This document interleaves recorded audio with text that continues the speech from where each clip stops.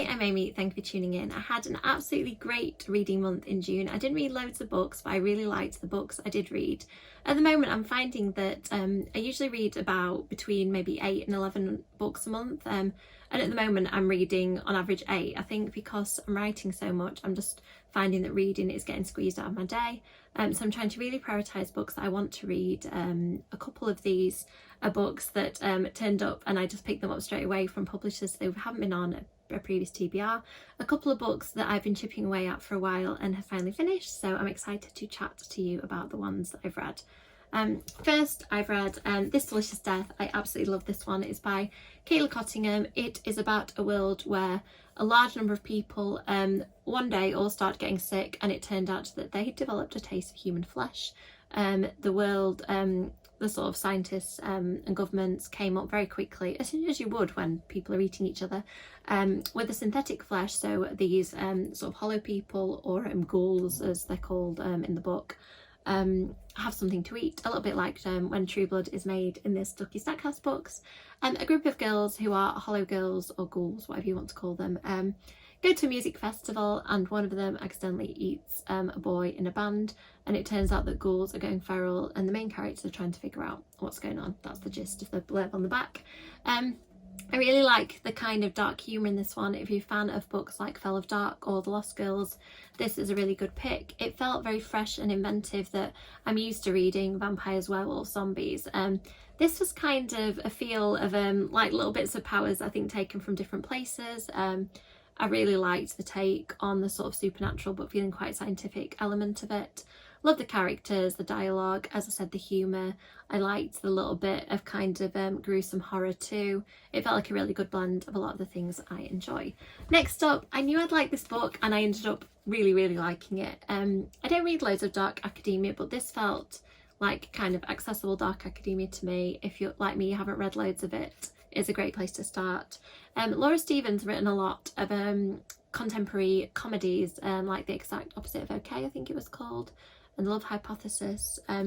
This is a completely different direction for her, and actually you can still see her kind of the contemporary voice that she does so well, the humour, the characterisation, but this one is creepy, it is dark. It's about and I want to read the blurb because I don't want to spoil it to you. It says, 4 dead students, 2 haunted girls, 1 chilling secret to destroy them all. 10 years ago, 4 teenagers lost their lives in the North Tower murders at the elite Carvel College of Arts, forcing the university to close its doors and the case to go cold. Now Carvel is reopening, and fearless student Lottie is determined to find out what really happened. But when her roommate Alice stumbles upon a soul-splitting ritual hidden in the library, and the North Tower claims not the victim, time starts running out. Can Lottie and Alice uncover the truth before the centuries-old curse consumes them both? It is meant to be sort of a loose retelling of Dr. Jekyll and Mr. Hyde, and I just really liked it. I think that Laura Stephen is great at this genre of fiction. She's great at the other stuff she writes too. So I'm really excited. She's got another book coming out late this year, and I'm going to pick that one up straight away. So after that, I went a bit rogue. Didn't read from my TBR because I'm picking up my Kindle to remind me to mention it. I read Dr. Jekyll and Mr. Hyde because I wanted to see how similar that book was. It sort of was kind of similar. I think the premise of a main character who ends up drinking something with disastrous consequences was there, but obviously this just was a completely different direction. It's a classic. I don't know exactly what year it came out, but it kind of has that feel of very much being of its time. It is about 2 men rather than young women. So yeah, I think I obviously definitely enjoyed Laura Stephen's book more, but I think it's worth reading that one. It's quite a short read. I think it's one of those books that's inspired quite a lot of other people, and films like The Nutty Professor, if you're a fan of that, or the various retellings of Dr. Jekyll and Mr. Hyde there've been. I think it's worth looking at the source material, and I did enjoy it. It was interesting. It was also told in kind of epistolary form with letters and other different things. I don't know, there were diaries and things in there, I think, as well. So yeah, I'd definitely recommend giving that a go if you like any of those things. I also finished the Midnight Texas trilogy, the Charlaine Harris books. I think this is one of my least favourites of her series, but I did really enjoy it because I love her other books. I still enjoyed this one.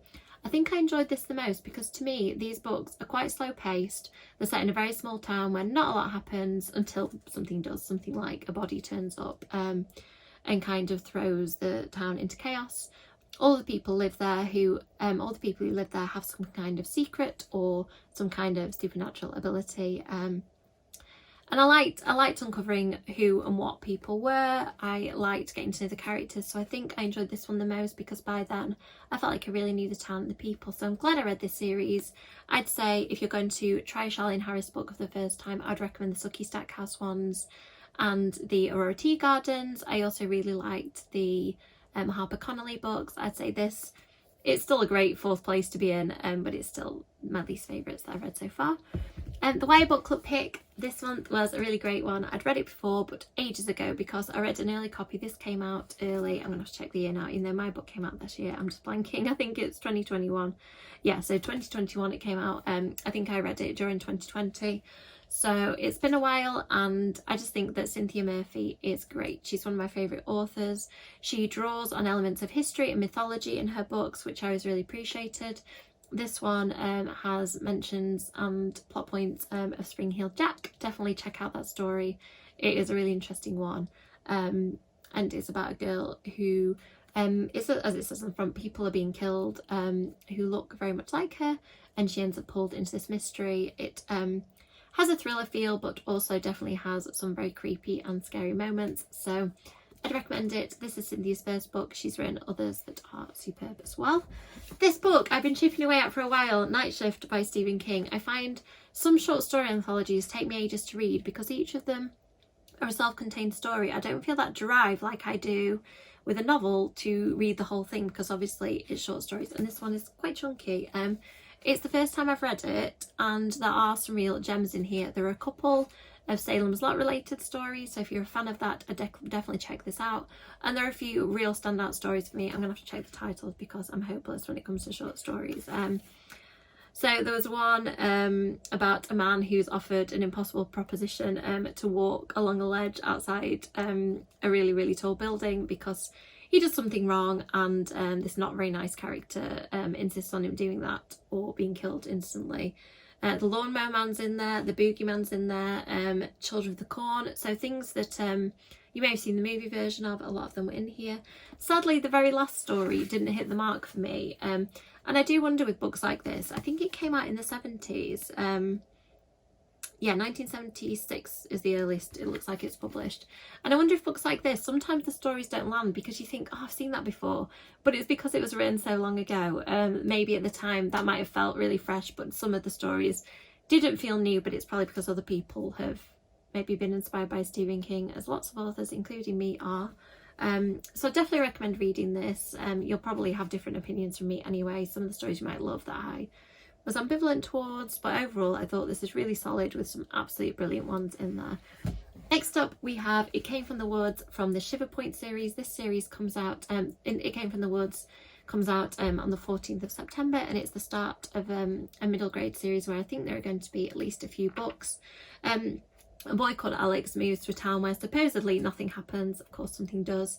It says nothing interesting happens in Shiver Point, but now something sinister stirs in the shadows, and it's up to an unlikely group of misfits to unravel the mystery before it's too late. A hair-raising new horror series packed with chills and thrills for fearless readers aged 9 to 12. If you like reading Goosebumps, this is perfect. I'd say not as scary as Point Horror, but it's perfectly in that Goosebumps zone for adults who like that kind of horror, and perfect for children as well. Very creepy, excellent characterization. Gabriel Dillon also wrote Whiteout, which is one of the brilliant Red Eye series. It's a very scary vampire book set on a remote ski resort, so you should check that out too. I'm excited about this. Gabriel Dillon has done a great job with his middle grade debut, and I'm excited about the rest of the books. And finally, hefting up my huge copy of Dracula. This neon edition arrived and I went, oh, I'm gonna have to reread Dracula. I do this to myself at least once a year, maybe, okay, I'm exaggerating, maybe once every year or two. I was going to say maybe more than once a year. I just love Dracula. It's my favourite classic. I was trying not to do too many rereads this year just because I've got so little time for reading, but I already had the audiobook, so I ended up reading bits of this in the physical, beautiful copy, bits of it in the audiobook, which is an excellent full cast if you're interested. If you're not sure about whether to read classics, I do recommend Dracula. As all classics can be a bit inaccessible. there are moments of this that the pace drops, or there are moments where it isn't hugely easy to comprehend, but overall I think it is a good accessible one. It's that familiar story that people know, so I think if you're not normally into classics, you might be able to sink your teeth into it. Sorry about the vampire pun.